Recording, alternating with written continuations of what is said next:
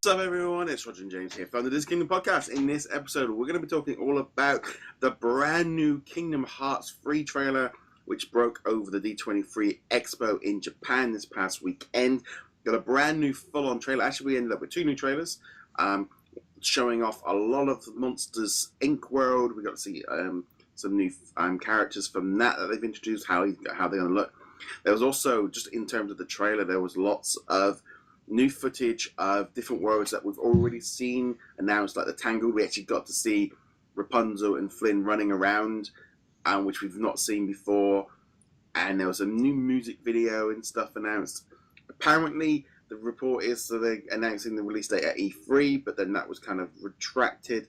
They also announced some little cross tie-ins with, I think it was Final Fantasy Record Keeper game, and also Kingdom Hearts Union got a few things. But the main thing, obviously, was the Kingdom Hearts free trailer. But what did you think of that one first off the bat?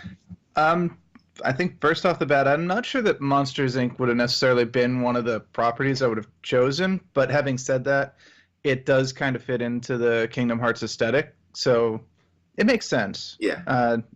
Wouldn't have been my first choice, but I'm not at all sad to see them join the roster. Plus, now that we're in like the current generation, Sully, or particularly Sully, actually looks pretty good in the render engine. If they had tried to do this in like Kingdom Hearts 2 back in the PlayStation 2 era, might not have been a particularly good idea. Yeah, but it's quite funny actually, because it feels a bit like, like Monsters Inc. And like they go, wow, it feels like this should have happened about 5-10 years ago.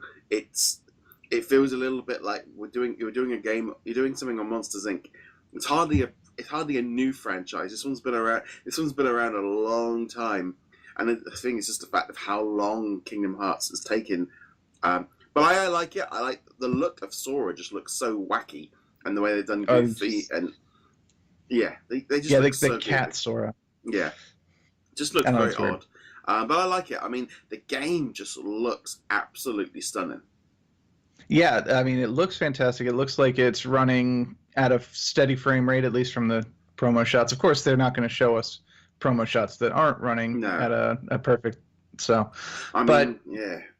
Actually, I'll be honest. I know that we already know that Rapunzel and Flynn were in this, but I was actually more interested in seeing shots from the Tangled world than I was from Monsters Inc. or Toy Story, for that matter. Although, again, I do love both those franchises, but I don't know, just seeing it, I have nothing against Pixar joining the thing. As far as I'm concerned, Pixar and Disney are pretty interchangeable, but I do like kind of going back to that classic Prince and Princess, even if it's like the new self-aware kind of Prince and Princess stuff that they've got going on. I just like the Rapunzel aesthetic a bit more. I mean, as well as that, we saw lots of footage of them actually in action, fighting bosses, fighting enemies.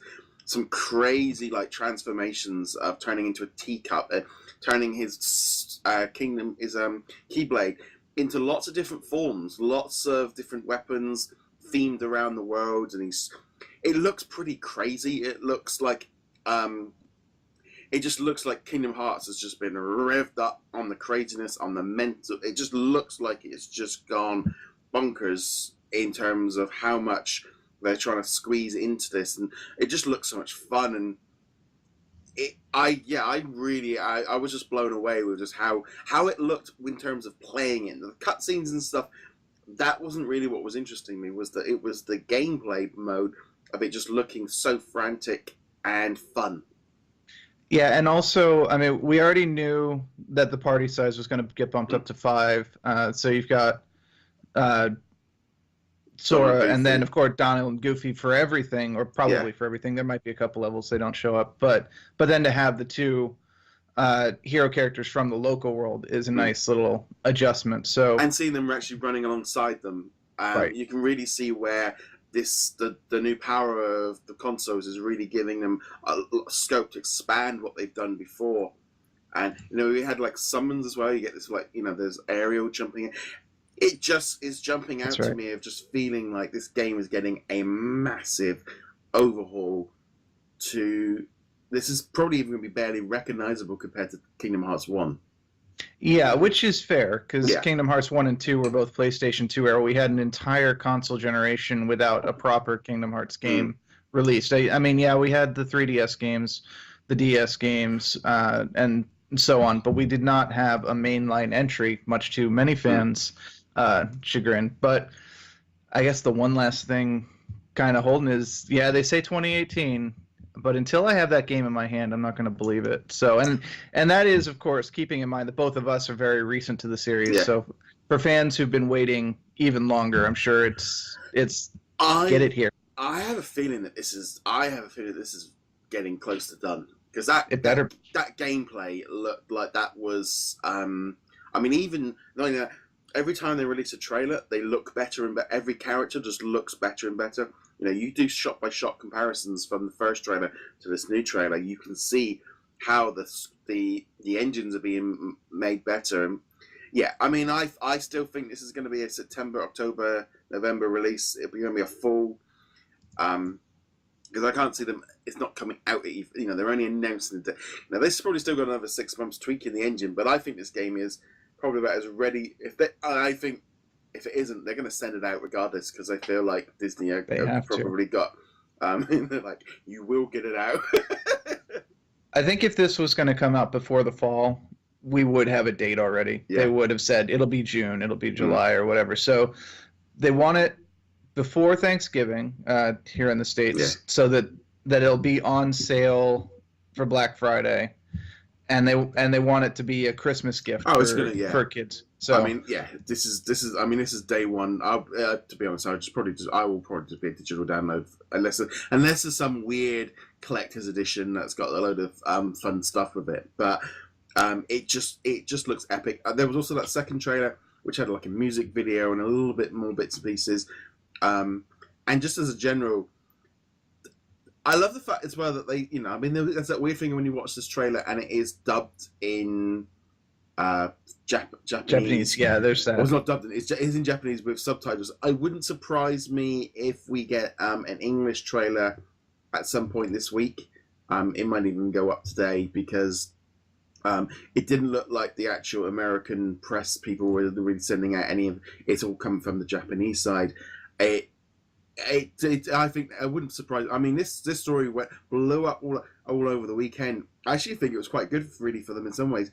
Saturday morning, not a lot of announcements out, and it's gone all over the place because it was, you know, you don't tend to get a lot of major trailers like that break at that time of day.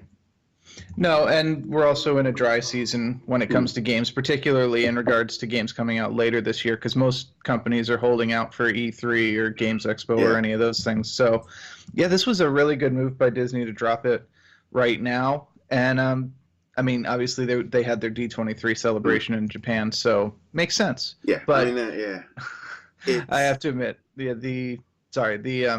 the voices, I remember that at RD23 last year. I was like, man, Woody and Buzz sound really weird in Japanese. And actually, it works a little bit better for the monsters because you kind of figure they've got to go all over the world for scaring. So they're going to have some sort of translation ability or whatever to scare in the local language. But you actually do get that in some other Disney movies. Anyway, even for us Brits, sometimes they'll swap out the celebrity cameos and stuff. They've done that quite a bit. I think like there was a voice in Cars. There's quite a few voices in Cars which are different in the American version to the English version. They flipped that put Jeremy Clarkson in as the voice of one of the things, and quite often they change the newsreaders around in the. Yes, that's quite a common thing in Disney movies. They will do that. They will localize it a little bit more, and I think even something like Inside Out, they changed broccoli, I think, from what she didn't like because in Japan it meant something different. So they do lots of different things like this. But yeah, it is always funny when it's so much harder because you feel like with when the subtitles on, and I end up concentrating so much more on the subcons and reading that I'm not watching anything. So I must have watched that trailer back like 6 or 7 times just to kind of get it to try and understand. You know, so like one time watch it. Second time, read it. Third time, watch it, knowing what this.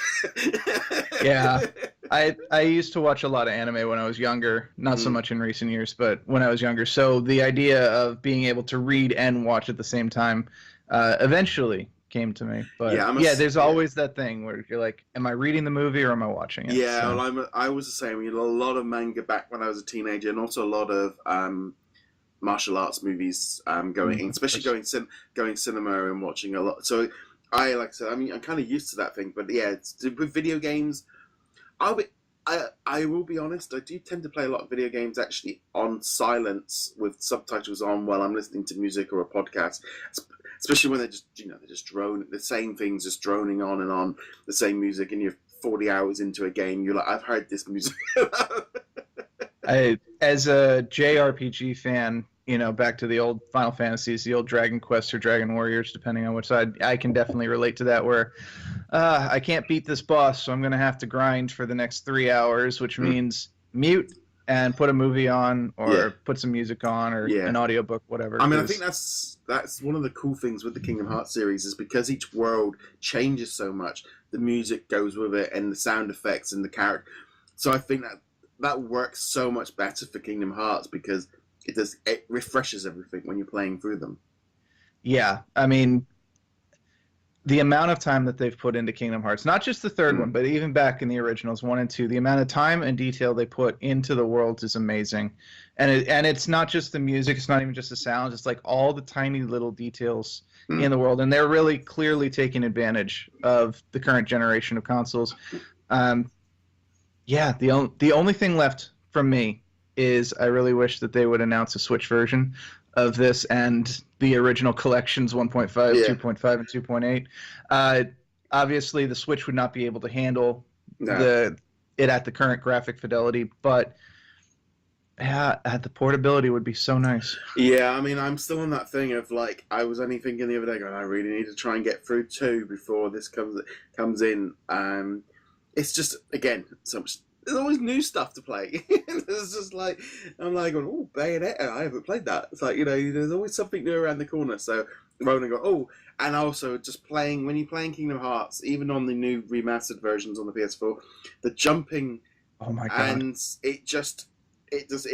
that so thing, bad. It feels so hard to do that, and then there's one thing I hate is just wandering around aimlessly, going, I need to go 4 roads back and pick something up.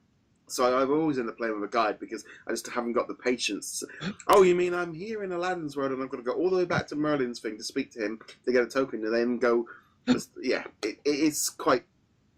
But I'm going to get the feeling with Kingdom Hearts 3 that it might be a little bit more holding your hand and going along and changing that style, because I didn't find that, for example, like Dream Drop Distance, it was much more just level,